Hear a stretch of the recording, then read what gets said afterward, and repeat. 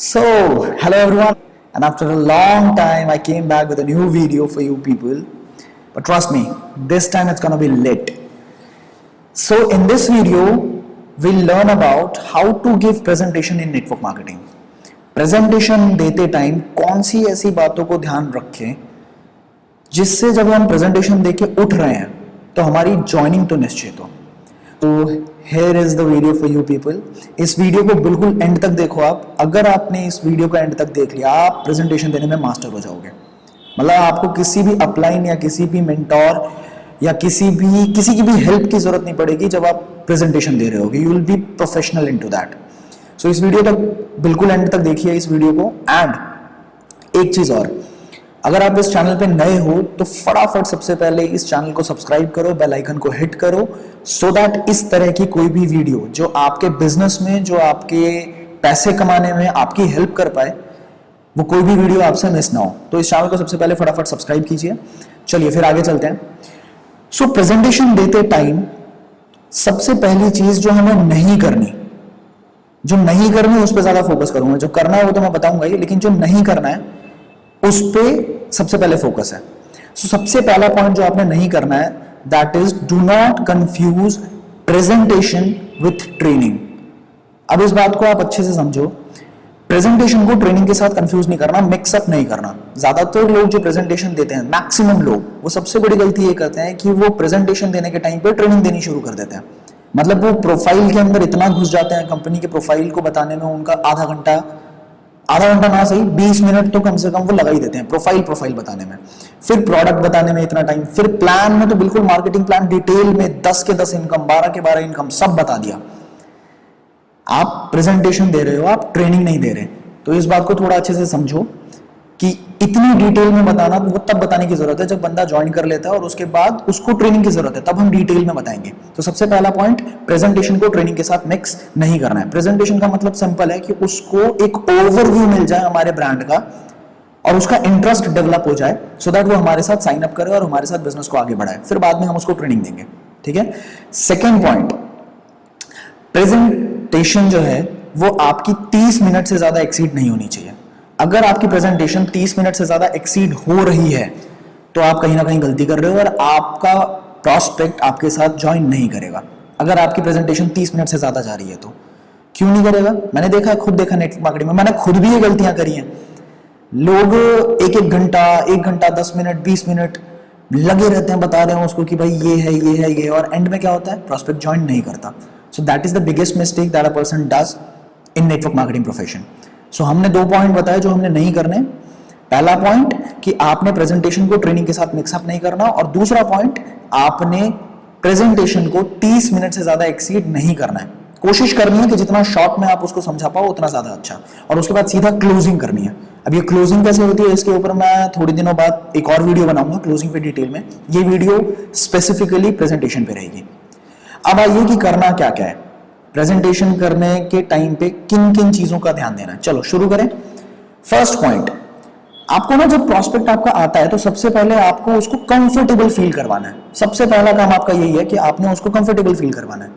अब कंफर्टेबल आप कैसे फील करवाएंगे? मैंने कई बार ये नोटिस किया है, प्रॉस्पेक्ट आया ना, उससे उसका हालचाल पूछा ना, उससे ये पूछा कि पानी पियोगे, कुछ खाओगे, कुछ भी नहीं, स्ट्रेट अवे सर ये हमारी कंपनी है, ये हमारे प्रोडक्ट है। ये गलती नहीं करनी है आपने। सबसे पहले आपने उनको कंफर्टेबल फील करवाना है। अब आप कंफर्टेबल उनको फील करवाएंगे कैसे?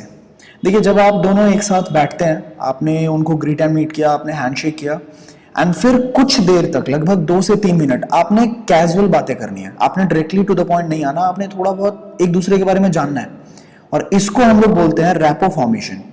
ये रैपो फॉर्मेशन आप 2 मिनट से लेके 7 मिनट तक कर सकते हो। मतलब 6 से 7 मिनट आप कर सकते हो इसको। अब ये रेपो फॉर्मेशन में आप इनडायरेक्टली सामने वाले को कंफर्टेबल फील करवा रहे होते हो और आपका उसके साथ रेपो अच्छा बन रहा होता है। अब ये रेपो फॉर्मेशन होता कैसे है, कैसे करते हैं रेपो फॉर्मेशन? मैं 3 पॉइंट्स में इसको आपको समझा रहा हूं। पहली चीज, आपको ना कुछ ओपन एंडेड क्वेश्चंस पूछना है उससे। अब ये ओपन एंडेड क्वेश्चन क्या होता है? ऐसे क्वेश्चंस जिसका जवाब हाँ या ना में ना हो, मतलब एक वर्ड में उसका आंसर ना दे पाए वो। जैसे आपने उससे पूछा कि आप पानी पिएंगे, उसने बोला हाँ या उसने बोला ना, जवाब खत्म। तो इसको बोलते हैं हम लोग क्लोज एंडेड क्वेश्चन। लेकिन आपको क्लोज एंडेड क्वेश्चन नहीं पूछना है, आपने ओपन एंडेड क्वेश्चन पूछना है जिसका जवाब हाँ या ना में ना है, जिसका जवाब वो थोड़ा एलेबोरेटिव दे। जैसे कि आप पूछ सकते हो कि आप कहाँ पढ़ते हैं, तो वो बताएगा कि मैं इस कॉलेज में पढ़ता हूँ। ये भी फिर उसके बाद इस क्वेश्चन के अंदर से एक और क्वेश्चन आप निकाल सकते हो, तो that will be an open ended question. And second point will be you'll have to be an active listener. आपको एक्टिवली उसको सुनना भी है और उसके बाद आपने उसकी बातों में जेन्युइनली इंटरेस्ट लेना है। अभी मैं ये क्यों बोल रहा हूं, कई बार होता है कि नेटवर्क मार्केटिंग में हम लोग सिर्फ अपनी सुनाने के लिए बैठते हैं, सामने वाले बंदे की सुनते भी नहीं है, सुनना ही नहीं चाहते। एंड अगर ऐसा आप गलती कर रहे हो, ऐसी गलती अगर आप कर रहे हो, तो आप ये समझो कि अगर आप सामने वाले में इंटरेस्ट नहीं लोगे तो सामने वाला भी आप में इंटरेस्ट क्यों लेगा। आपको उसके अंदर जेन्युइनली इंटरेस्ट लेना है। अब जब भी मैं बोलता हूं कि आपको क्वेश्चंस पूछना है, तो लोग बोलते हैं अच्छा ठीक है मैं क्वेश्चंस पूछूंगा, बहुत बढ़िया मैं क्वेश्चंस पूछूंगा। आप वो क्वेश्चन कैसे पूछते हैं, अच्छा आप पढ़ाई करते हैं, कहाँ पढ़ाई करते हैं आप, मैं इस कॉलेज में पढ़ाई करता हूँ। अच्छा फिर आप कहाँ रहते हैं।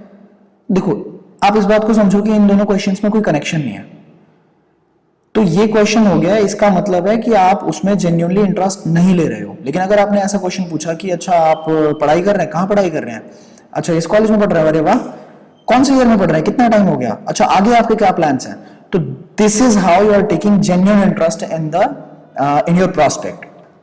सो 2 पॉइंट्स मैंने आपको बताया, और तीसरा पॉइंट ये है कि आपको उस इंसान का प्राइमरी मोटिवेटिंग फैक्टर, जो एग्जैक्ट जिस चीज से वो मोटिवेट हो सकता है, वो ढूंढ के निकालना है। वो बात करते करते आपको पता लग जाएगा। जैसे कोई अगर मान लीजिए 35-40 साल का इंसान है, तो उसका प्राइमरी मोटिवेटिंग फैक्टर हो सकता है उसको एक एक्स्ट्रा इनकम चाहिए सो दैट वो अपने बच्चे को एक अच्छी स्कूल में पढ़ा पाए, या कुछ भी हो सकता है। उसका प्राइमरी मोटिवेटिंग फैक्टर हो सकता है पैसा।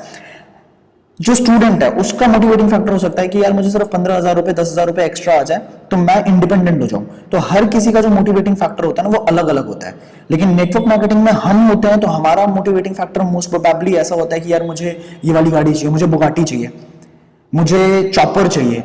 तो जब आपको चॉपर चाहिए, आप क्या करते हैं, आप कभी कभार अपने माइंडसेट को सामने वाले पे थोपना शुरू कर देते हैं कि भाई बड़ा सोच बड़ा सोच। अरे यार तुरंत 5 मिनट के अंदर तो वो बड़ा नहीं सोच सकता ना, अभी उसी की सोच के हिसाब से आपको ढलना पड़ेगा। तो आपको उसका ना मोटिवेटिंग फैक्टर ढूंढना है।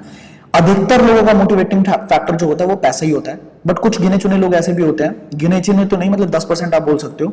किसी को टाइम फ्रीडम चाहिए, यार वक्त नहीं मिलता फैमिली के साथ तो उसको टाइम चाहिए, किसी को सिक्योरिटी चाहिए, किसी को अच्छी हेल्थ चाहिए। तो आपने उसका ना मोटिवेटिंग फैक्टर ढूंढना है। और अब आपका काम शुरू होगा।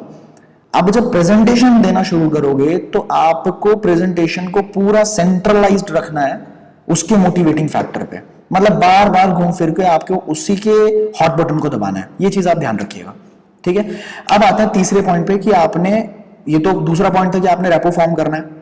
अब तीसरा पॉइंट आ गया कि आपको प्रेजेंटेशन देने से पहले प्रेजेंटेशन की वैल्यू इंक्रीज करनी पड़ेगी। अगर आपने प्रेजेंटेशन की वैल्यू इंक्रीज नहीं करी, देखो whatever you have got in network marketing, that is the way you present। जो आपका प्रोजेक्ट है वही सब कुछ है, वही आपको पैसा कमा के देगा। मतलब अल्टीमेटली प्रोडक्ट नहीं होता, अल्टीमेटली आपकी जो अपॉर्चुनिटी है वही आपका प्रोडक्ट है, वही बिकेगा। तो इतनी इजीली अगर आपने किसी को बता दिया ना कि यार ये चीज है, मतलब कई बार होता है बस स्टैंड पे किसी ने पूछ लिया वहां बता दिया, मेट्रो में किसी ने पूछ लिया वहां बता दिया, अरे ये काम है ये काम है। इतनी इजीली अगर दोगे तो इंसान कभी भी आपके साथ ज्वाइन नहीं करने वाला है। तो आपने अपने प्रोजेक्ट की वैल्यू इंक्रीज करनी है। अब वैल्यू कैसे इंक्रीज करोगे, तो यहां आता है चौथा point, story telling. Story telling plays the most important role in your presentation. I am telling you, देखो फैक्ट्स टेल, स्टोरीज सेल। अगर आपको सच में अपने साथ इन्वॉल्व करना है सामने वाले इंसान को, तो आपने स्टोरी टेलिंग में मास्टरी हासिल करनी है। अब स्टोरीज चाहो तो अपनी स्टोरी इन्वॉल्व करो, चाहो तो ऐसे किसी इंसान की स्टोरी इन्वॉल्व करो जिसकी स्टोरी सामने वाले प्रोस्पेक्ट की स्टोरी से मिलती है। आपने प्रोस्पेक्ट के बारे में बात करके अभी जान लिया ना, तो ऐसे किसी इंसान की स्टोरी इन्वॉल्व कर दो जो आपके साथ ऑलरेडी इस बिजनेस में सक्सेसफुल है और उसकी स्टोरी काफी ज्यादा सिमिलर है इस इंसान की स्टोरी से जो आपके साथ अभी बैठा हुआ है। दोनों की वो कोरिलेट कर पाएगा फिर कि अच्छा मेरे जैसा इंसान था सक्सेसफुल हो गया, तो he can easily correlate with that person. So stories के साथ आपकी वैल्यू भी इंक्रीज हो जाएगी। यू कैन से कि this project which I am about to share with you has entirely changed my life, so it can change yours as well. So इसको ना कितने फोकस के साथ समझना है वो मुझे आपको बताने की जरूरत नहीं पड़नी चाहिए, तो वो अपने आप वैल्यू बढ़ जाती है और वो बहुत ध्यान से आपके साथ आपकी पूरी प्रेजेंटेशन सुनेगा. Now fifth point will B, now start with the fact. This is the most important thing.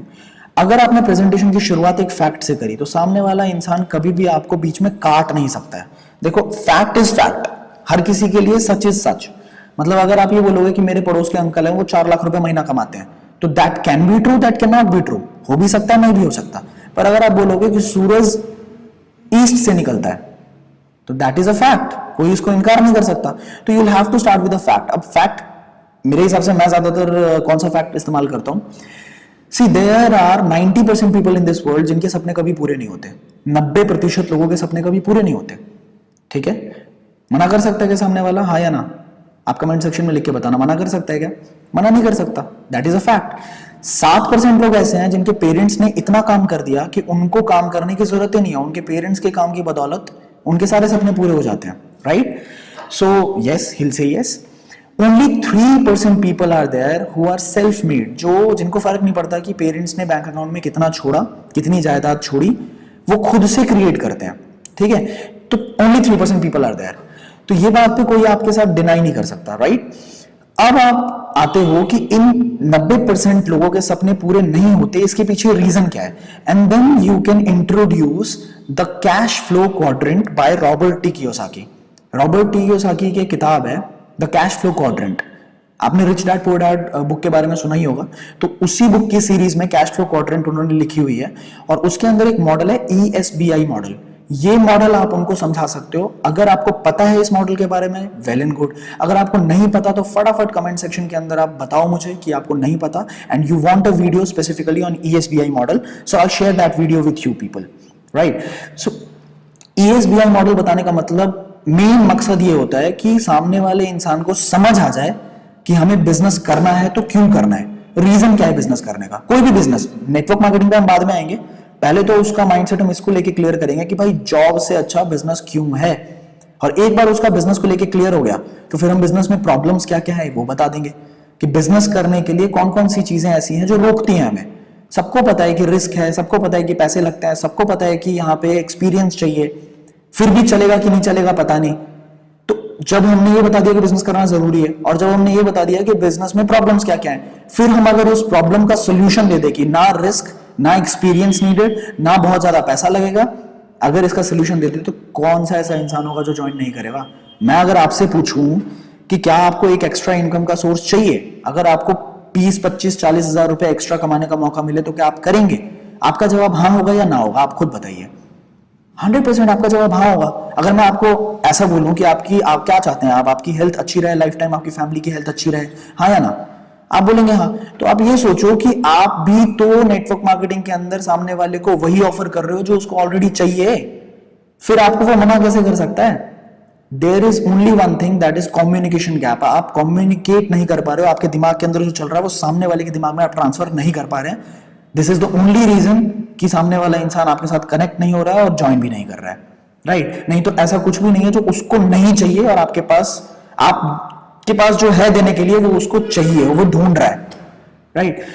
सो इन चीजों का ध्यान दिया आपने, ESBI मॉडल आपने समझाया, एंड देन फाइनली आप आओगे प्रोफाइल प्रोडक्ट प्लान पे. और ये प्रोफाइल प्रोडक्ट प्लान सिर्फ 7 से 8 मिनट के अंदर आपने खत्म करना है. आपने प्रोफाइल इतना ही बताना जितने की जरूरत है, बाद में डिटेल में बताएंगे प्लान हम उसको, प्रोफाइल उसको.